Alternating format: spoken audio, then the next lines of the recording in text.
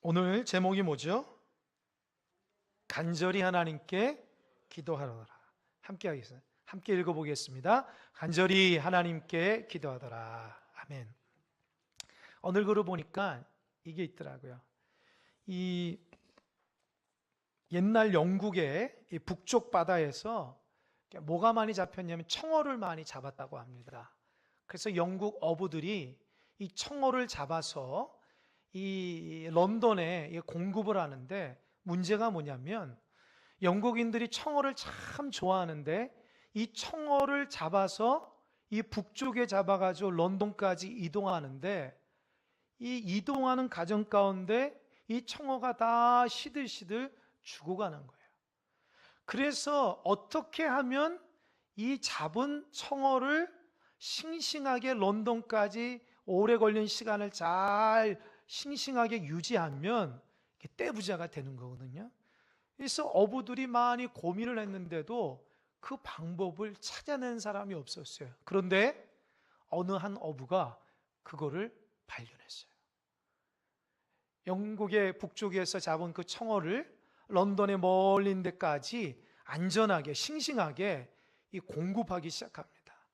다른 어부들이 난리가 난 거예요. 그 비결이 뭐냐고.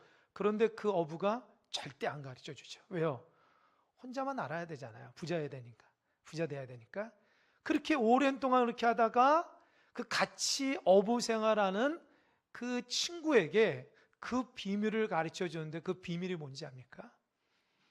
그 친구가 얘기하는 거예요. 나는 청어를 잡으면 큰 어항에다가 뭐를 하냐면 물메기를 큰 어항에다 통에 집어넣는다는 한 마리를. 그러니까 그 소리를 들은 그 어부 친구가 하는 말이, 아니 그렇다면 물메기가 청어를 다 잡아먹지 않는가? 라고 하니까 그렇다는 거예요. 그런데 이 물메기가 청어를 몇 마리 못 잡는다는 거예요. 배불러서. 근데 놀라운 일은 그 어항 안에 있던 청어들이 이 물메기 한 마리를 피하려고 집중하며 돌아다니니까 오랜 시간 동안 싱싱하게 런던까지 갈 수 있다라는 거예요. 그거를 발견했다는 거예요. 그래서 떼부자가 됐다는 것입니다. 여러분, 이 글이 누구의 글인지 압니까? 이 말이 유명한 위대한 역사학자 토인비가 얘기한 이야기입니다. 이 토인비는 역사를 도전과 응전이라는 단어로 설명하고 있습니다. 인간의 역사를 연구하면서 이 토인비가 느낀 것은, 찬란하게 빛나는 문화는 환경이 좋은 데서 피어난 것이 아니라 환경이 척박하고 힘든 곳에서 오히려 아름답고 놀라운 문화가 꽃피었다고 하는 것입니다. 여러분, 인생을 살아가면서 우리에게 나타나는 고난과 위기는 절대로 우리에게 마이너스가 아닙니다.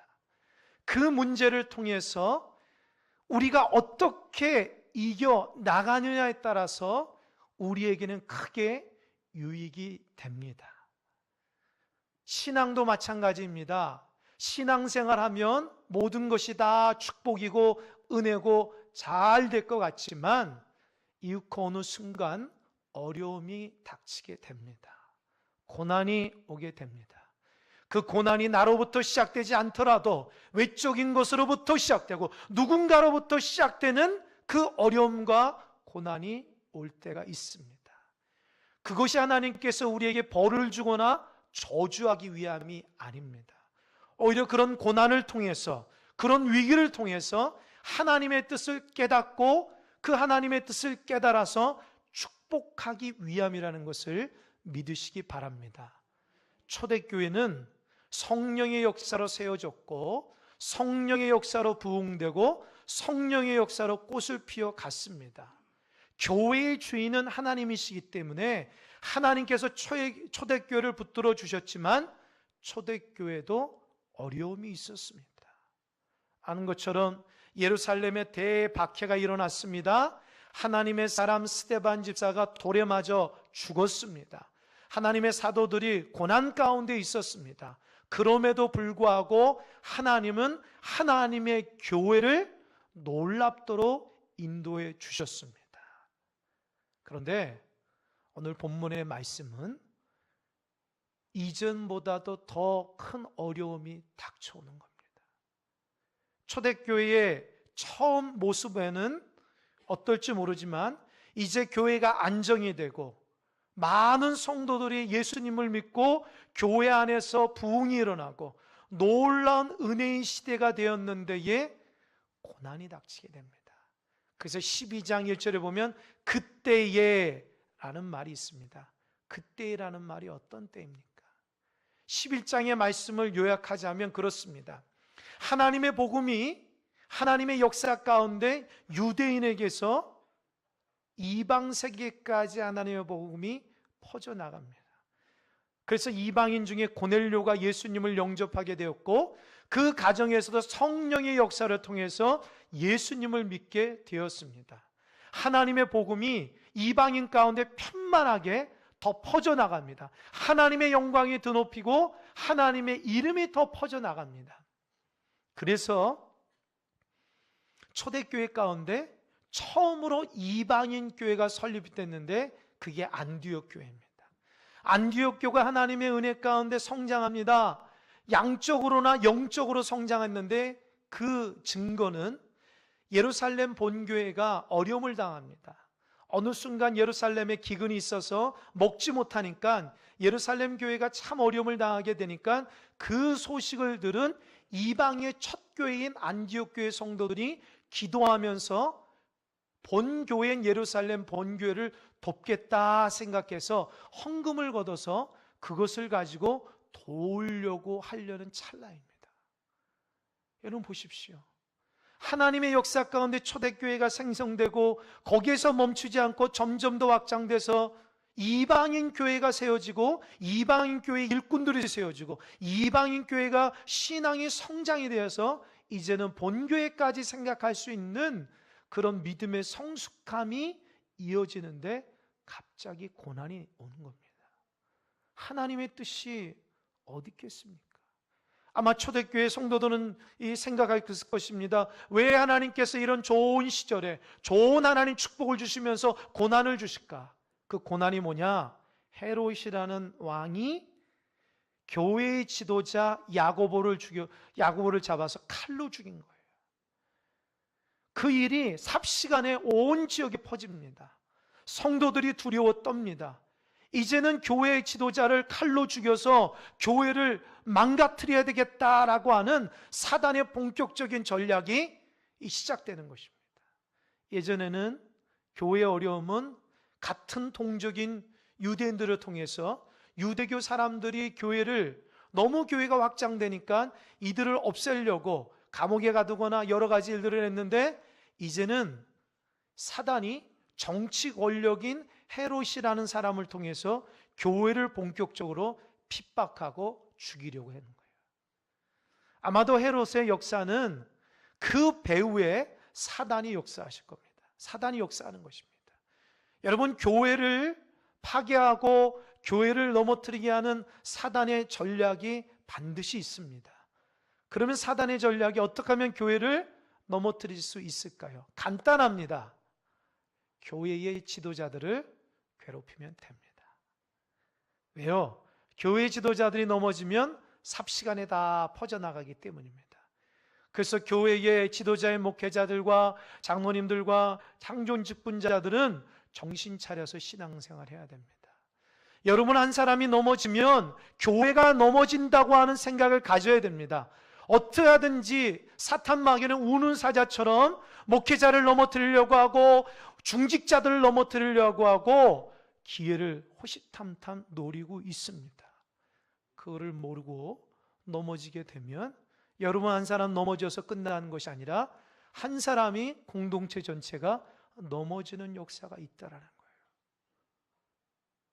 사단이 헤롯의 마음을 들쑤십니다. 그래서 교회를 파괴하겠다는 생각해서 지도자인 야고보를 죽입니다. 그런데 헤롯은 사단의 마음을 어떻게 해서 끌어다녔냐? 헤롯은 욕심꾸러기 때문입니다. 헤롯은요, 처세술에 능한 사람이에요. 여러분, 헤롯 하면 먼저 생각나는 것은 예수님 당시, 예수님이 이 땅에 태어났을 때에 구원자가 태어났다는 것을 듣고 마음에 두려워서 이 어린아이들을 다 죽였던 헤롯 대왕을 아실 겁니다. 그 헤롯 대왕의 손자가 오늘 본문의 헤롯 왕입니다. 그러니까 정확히 얘기하자면 헤롯 안티파스입니다.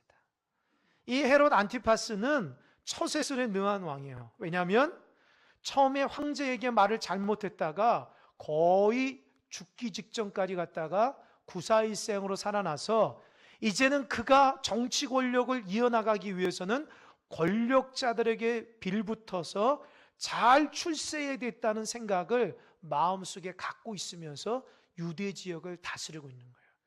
그러니까 유대에 와가지고 헤롯은 어떻게 하든지 로마 황제한테 더 잘 보여서 더 높은 정치 권력을 높아지기 위해서 유대 지역에 있는 지도자들과 좋은 관계를 가지려고 했던 것이에요.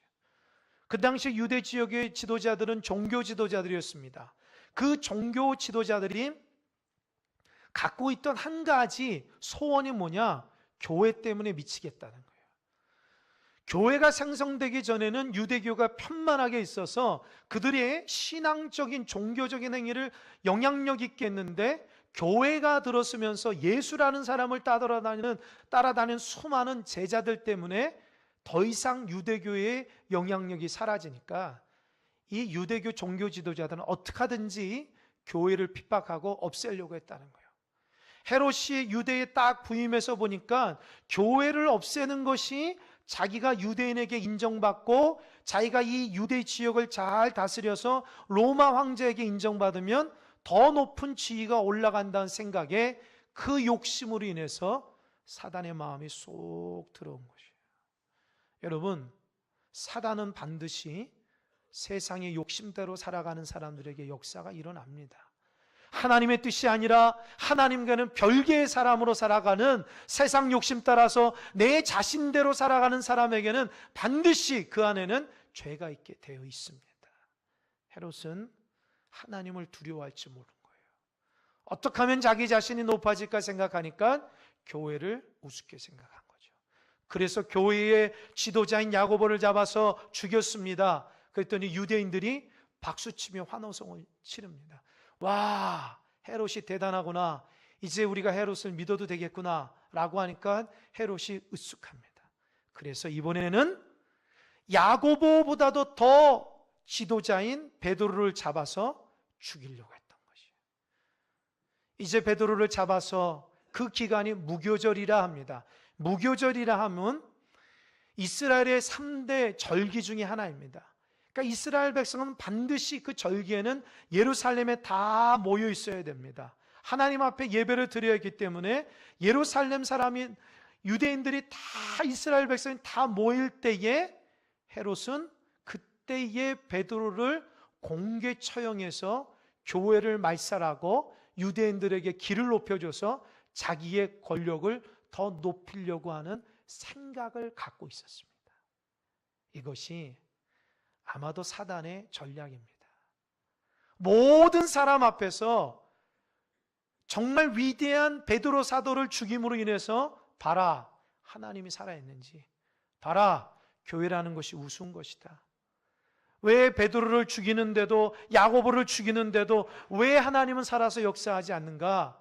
그러면서 성도들에게까지 실망을 주기 위한 작전으로 지금 헤롯을 통해서 사단이 교회 공동체를 무너뜨리는 것입니다. 여러분이라면 이 문제를 어떻게 해결하겠습니까? 여러분이라면 어떻게 해결하겠어요? 세 가지 있을 것입니다. 제가 이 말씀을 묵상하면서 그런 생각이 들어요. 첫 번째로는 아마도 교인들 중에, 초대교회 교인들 중에 영향력 있는 사람들이 헤롯을 찾아갈 것입니다. 그래서 뭐라 하면, 내가 당신을 잘 돕겠으니까 베드로 좀 풀어주시오. 내가 당신한테 협조하겠습니다.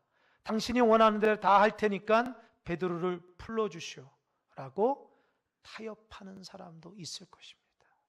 또 한 가지는 헤롯이 실소라고 했을 때는 헤롯보다도 더 정치적으로 영향력 있는 사람을 찾아갈 것입니다.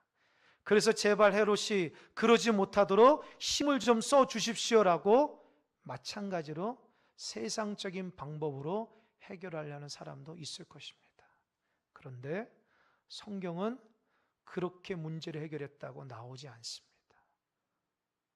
여러분, 이게 중요한 것입니다.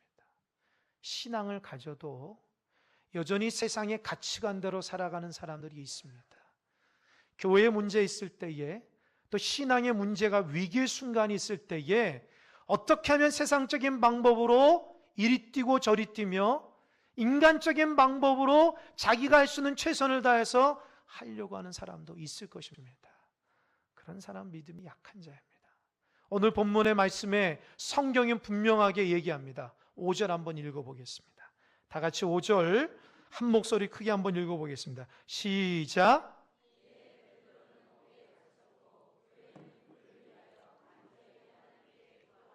보십시오.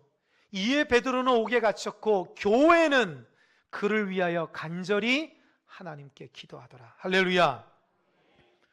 초대교회 온 성도들 하나님 앞에 기도했다는 거예요. 여기서 교회라는 것은 뭘까요? 이런 건물이 아닙니다. 교회는 성도 한 분 한 분입니다. 쉽게 말하자면 위기를 만난 성도는 하나님께 간절하게 기도했다는 것입니다. 세상적인 관점으로 볼 때에 기도한다는 거 참으로 보잘것없는 것처럼 생각되어집니다. 기도라는 것이 영향력이 없는 것처럼 느껴집니다. 그러나 기도라는 것은 하나님을 주인됨으로 여기는 믿음의 고백인 줄 믿으시기 바랍니다. 성도가 하나님 앞에 기도한다. 하나님 입장에서는 너가 나를 신뢰하는구나 라고 인정한다는 거예요. 우리의 믿음이 어떤 믿음인지 여러분 궁금하십니까? 여러분이 위기의 순간에 하나님 앞에 기도하면 그게 믿음의 사람입니다.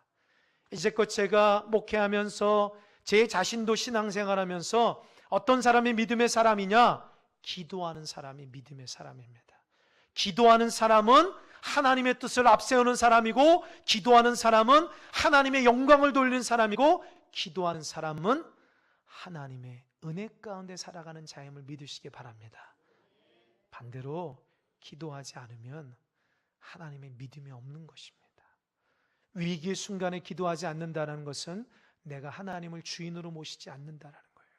초대교회는 교회를 만드신 분이 우리 하나님이시고 베드로를 이끄셔서 세우신 분이 하나님이시기 때문에 베드로를 구해주고 우리 공동체가 새롭게 하고 교회를 위기에서 구원해 주시는 분은 헤롯이 아니라 그 누구 것이 아니라 오직 하나님을 믿고 하나님 앞에 간절하게 기도했다는 거예요. 간절하게 기도했다는 것입니다. 그저 기도한 정도가 아니라 목숨 바쳐 기도했다는 것입니다. 왜요? 지금 교회가 위기 상황이기 때문입니다. 야고보가 죽었잖아요. 이제 베드로로 죽을 판이잖아요. 베드로까지 죽으면 이제 교회의 소망이 없어집니다. 이제 어떻게 될지 모릅니다. 다 성도들이 실망하고 다 교회를 떠날 판입니다. 이때 교회는 목숨 걸고 성도들이 하나님 앞에 기도했습니다. 하나님, 베드로를 살려주십시오. 하나님이 어려움으로부터 살려주시고 사단의 괴략으로부터 구해주시고 우리의 신앙이 진짜 신앙이라는 것을, 우리가 가졌던 신앙이 거짓 신앙이 아니라 우리가 날마다 주님 앞에 드렸던 예배가 참된 예배고 우리가 하나님 앞에 드렸던 이 기도가 참된 하나님 앞에 기도했다는 것을 증거를 보여주십시오 라고 목숨 바쳐 기도한 것입니다. 여러분, 성도가 이런 마음으로 기도해야 됩니다. 안일하게 기도해도 되고 안 해도 되고 그 믿음 있는 자의 자세가 아닙니다. 개인적으로 어렵고 힘든데도 기도가 되지 않는다, 문제가 있습니다. 교회가 하나님을 위해서 간절하게 하나님의 뜻을 행하는데 기도를 하지 않는다, 하나님의 큰 일을 할 수 없습니다. 교회는 하나님께서 다스리시고 인도하시기 때문에 하나님 앞에 기도할 때에 하나님께서 교회를 그 위기 가운데 구원해 준 줄 믿으시기 바랍니다. 오늘 기도하신 집사님 기도 정말 잘하셨어요. 낙심하지 않고 하나님 앞에 기도하는 자들이 다 되시기 바랍니다. 하나님께서 우리 교회를 다스리고 인도하시고 내 삶을 주관하시고 인도하신다고 하면 우린 하나님 앞에 정말 하나님이 살아 계신다면 우리가 드려지는 예배와 기도는 만사를 변화시키는 줄 믿으시기 바랍니다. 온 성도가 믿음으로 기도합니다. 그런데 하나님은 중심을 보세요. 온 성도가 목숨 바쳐 기도하는데 베드로가 쉽게 풀려나지 않습니다. 아마 그 성도들 중에서는 실망하고 낙심해서 기도를 포기하는 사람도 있을 것입니다. 왜요? 베드로가 지금 다음 날이면 공개 처형하는 날까지 왔기 때문입니다. 하나님 앞에 그렇게 기도한 사람이 있을 겁니다. 하나님, 왜 우리 기도 응답해 안 하세요? 하나님께서 교회를 책임져 주셔야지 왜 응답하지 않으세요? 왜 베드로를 이렇게 내일이면 죽는데 하나님 역사하지 않으세요? 라고 할지 모르겠지만 하나님께서는 기도하는 사람에게도 자기 육신적인 어떤 생각과 어떤 방법을 다 내려놓고 이제 포기하면서 오직 하나님만 바라보는 그 중심의 믿음이 가질 때까지 그런 기도가 될 때까지 하나님은 우리에게 애간장을 태우십니다. 하나님은 모든 것을 다 하실 수 있으시지만 우리의 기도가 하나님 앞에 100% 신뢰하는 기도가 될 때까지 하나님은 인내하시는 분이세요. 너가 할 수 있으면 너가 해봐라. 기도하지 않더라도 너가 했으면 너가 해봐라. 기도하더라도 너 믿지 않고 네가 하지 않느냐? 그게 아니라 도저히 불가능한 거예요. 이제 기도가 정말 하나님만 바라보는 거예요. 다른 거 생각하는 그 몇 가지 있다가 그것도 다 포기할 수밖에 없는 거예요. 낭떠러지까지 간 거예요. 초대교회 교인들이 하나님, 내일이면 베드로가 죽어요. 하나님, 우리의 기도가 정말 하나님만 바라보며 목숨 바쳐 기도합니다. 불쌍히 여겨주세요. 그때의 성경에서 뭐라 얘기하냐면 6절에 보니까 헤롯이 잡아내려고 하는 그 전날 밤에, 할렐루야, 베드로가 죽기 전날 밤에 하나님의 역사가 일어난 거예요. 여러분, 하나님의 역사는 이렇게 극적입니다. 그런 역사가 일어날 때에 내가 기도해서 응답됐다고 얘기하는 사람 한 사람도 없을 거예요. 하나님께서 역사하셨구나. 하나님은 기도 가운데서도 하나님께서 홀로 영광을 받으시기 위해 하나님은 그런 방법을 택하시는 거예요. 우리가 좀 기도하고 응답되면은 분명히 여러분 중에서는 제 자신도 내가 기도했기 때문에 응답됐어라고 얘기한 사람도 있을 거예요. 그러나 아닙니다. 기도해도 마지막 판에 하나님이 하셨다고 하는 것을 하나님 자신이 드러나기 위해서 그까지 하나님은 우리를 낭떠러지는 몰아붙입니다. 하나님의 영광 받으시기 위해서, 교회의 주인이 하나님이라는 것을 알기 위해서 하나님은 우리의 공동체를, 우리 성도들을 그렇게 몰아붙이십니다. 전날 밤에 하나님께서 천사를 보냅니다. 광명한 천사를 탁 보내줘서 베드로가 자는 걸 깨우는데, 이 성경을 꼼꼼하게 읽어보면 지금 베드로가 옥에 갇혔는데 어떻게 하냐? 옥 안에 베드로가 누웠는데 양쪽에 간수들이 같이 자는데 이 쇠사슬이 손과 발목까지 다 묶인 거예요. 정말 날렵한 홍길동도 벗어날 수가 없어요.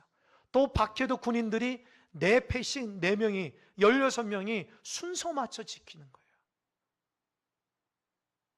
도저히 불가능한 거예요. 세상적인 방법이 안 된다는 거예요. 그때 하나님이 역사하시는 거예요. 그래서 천사가 베드로를 깨웁니다. 베드로를 깨우니까 베드로가 일어납니다. 일어났는데 성경을 보니까 쇠사슬이 저절로 풀렸다는 거예요. 베드로가 푼 게 아닙니다. 여러분, 하나님 앞에 기도하면 하나님의 방법으로 해결될 줄 믿으시기 바랍니다. 풀려가지고 첫째, 둘째 문을 통과하는데도 성경을 보니까 저절로 열렸다는 것입니다. 그 닫혀있는 문, 베드로가 연 게 아닙니다. 하나님이 역사하면 다 되는 줄 믿으시기 바랍니다. 그런 믿음을 가지고 기도하는 여러분 되시길 바랍니다.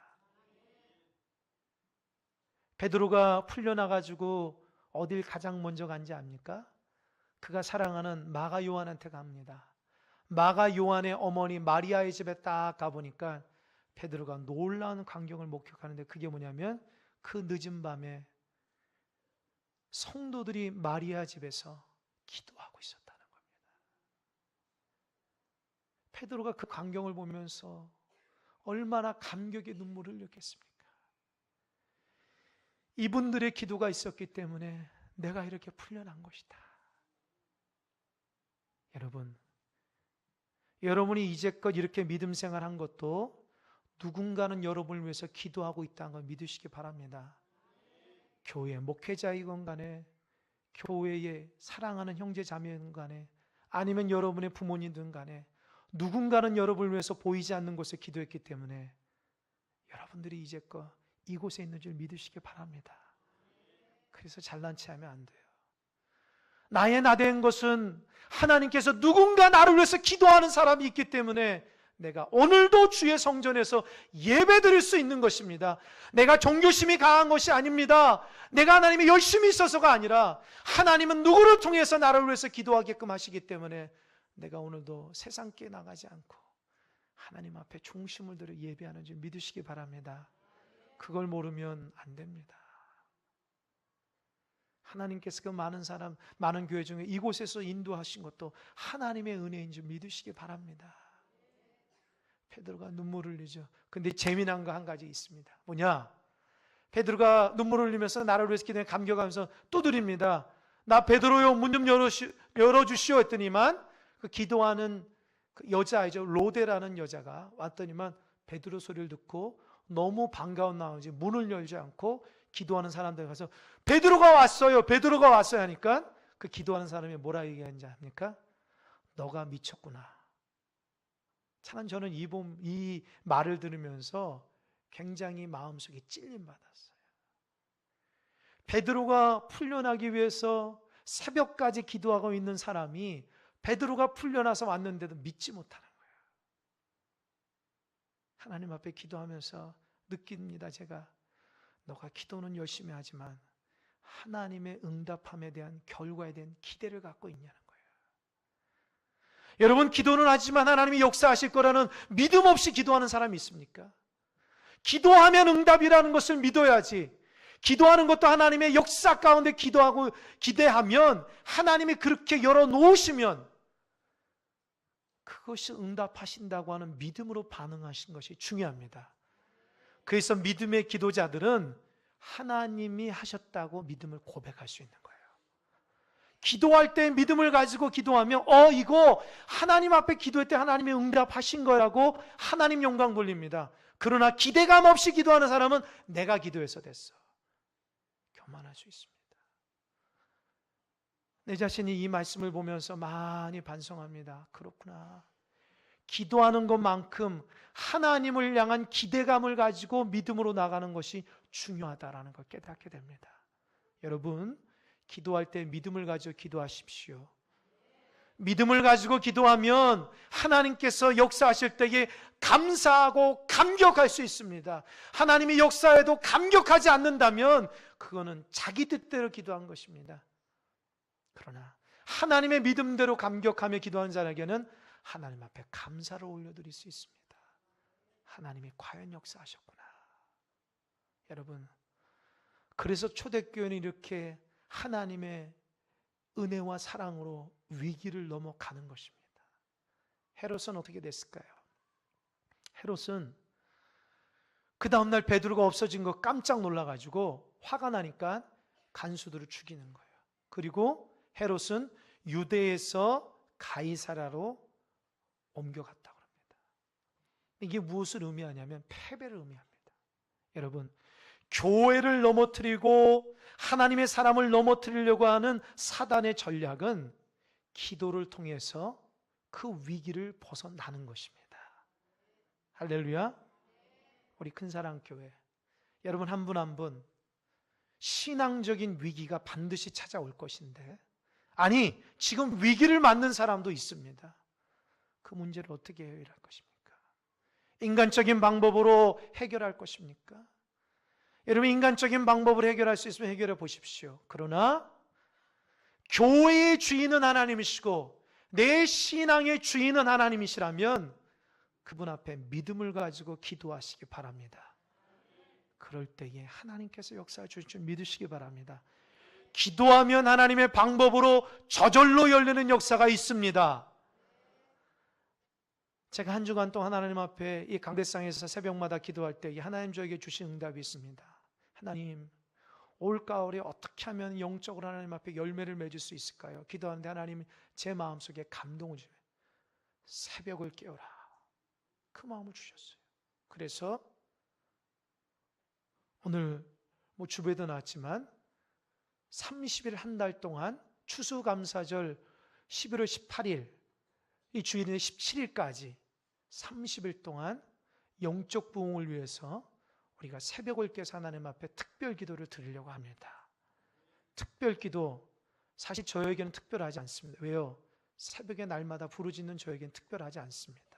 하지만 하나님께서 종의 마음속에 한 달 동안 온 성도가 마음을 들여서 교회를 위해서 기도할 때에, 영혼을 위해서 기도할 때에, 가정의 문제를 위해서 기도할 때, 개인의 문제를 놓고 기도할 때에 하나님께서 그 위기를 축복으로 바꿔 주신다고 하는 응답을 주셨기에 하나님께서 반드시 그 한 달 동안 우리를 통해서 우리의 모든 삶 가운데 놀라운 축복으로 인도함을 믿으시기 바랍니다. 하나님이 축복하는 그 자리에 여러분 다 나오셔서 믿음의 기도를 드리시기 바랍니다. 이번 기회에 나의 영적인 삶이 새롭게 되고 위기를 넘어가서 하나님께서 붙들어 주시는 축복의 역사가 있길 바랍니다. 하나님은 살아있기 때문입니다. 여러분, 교회의 주인은 하나님이십니다. 하나님이 살아계신다면 우리가 기도해야 될 것입니다. 기도를 통해서 우리 공동체를, 여러분의 가정을, 여러분 교회 하는 모든 사역들을, 개인적인 모든 문제들을 해결한 줄 믿으시기 바랍니다. 기도하겠습니다. 아버지 하나님, 교회의 주인이 우리 하나님을 고백합니다. 교회가 어려움당하고 성도들이 어려움당할 때에 세상적인 방법이 아니라 기도를 통해서 그 문제를 해결하게 도와 주시옵소서. 그 기도도 인간적인 마음에서 드려지는 기도가 아니라 전적으로 하나님을 신뢰하며 100% 하나님을 신뢰하며 드려지는 기도자들 되게 도와 주시옵소서. 하나님께서 역사하면 저절로 해결될 줄 믿습니다. 우리 하나님께서 우리 믿음 가운데 역사하시면 모든 것이 해결될 줄 믿습니다. 교회를 넘어뜨리고 우리 성도를 넘어뜨리는 사단의 모든 전략도 기도를 통해서 넉넉히 이겨나갈 수 있도록 축복하여 주시옵소서. 우리 성도님들 영적으로 무장된 기도자가 되게 도와주시고 하나님의 영광 가운데 쓰임받는 믿음의 귀한 기도자가 될 수 있도록 축복하여 주시옵소서. 감사하고 이 모든 말씀 예수님의 이름으로 기도하옵나이다. 아멘.